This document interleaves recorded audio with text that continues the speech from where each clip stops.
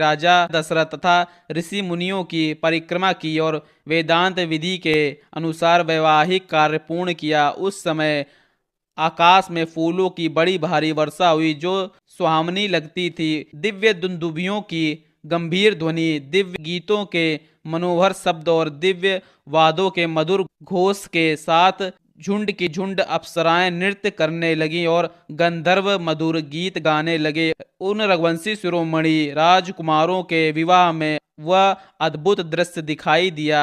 सैनाई आदि बजाने के मधुर घोष से गूंजते हुए उस वर्तमान विवाहोत्सव में उन मातजस्वी राजकुमारों ने अग्नि की 3 बार परिक्रमा करके पत्नियों को स्वीकार करते हुए विवाह कर्म संपन्न किया।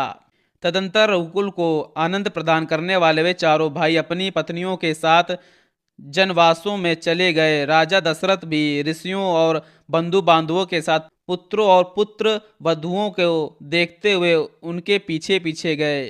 तदंतर जब रात बीती और सवेरा हुआ तब महामुनि विश्वामित्र राजा जनक और महाराज दशरथ दोनों राजाओं से पूछकर उनकी स्वीकृति ले उत्तर पर्वत पर हिमालय की शाखाभूत पर्वत पर जहाँ कौशिकी के तट पर उनका आश्रम था वहां चले गए।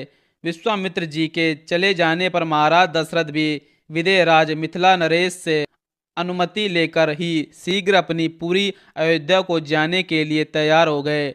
उस समय विदेह राज जनक ने अपनी कन्याओं के निमित्त दहेज में बहुत अधिक धन दिया।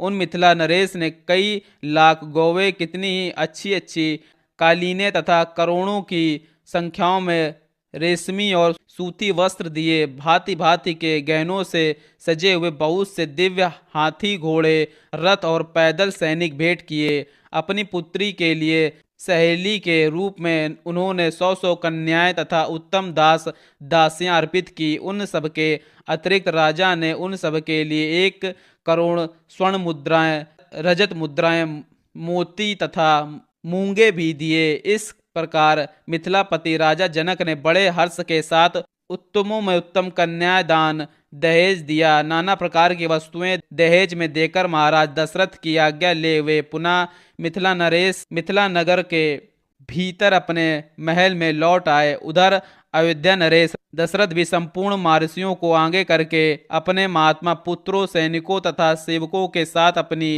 राजधानी की ओर प्रस्थित हुए। उस समय ऋषि समूह तथा श्री रामचंद्र जी के साथ यात्रा करते हुए पुरुष सिंह महाराज दशरथ के चारों ओर भयंकर बोली बोलने वाले पक्षी चहचहाने लगे और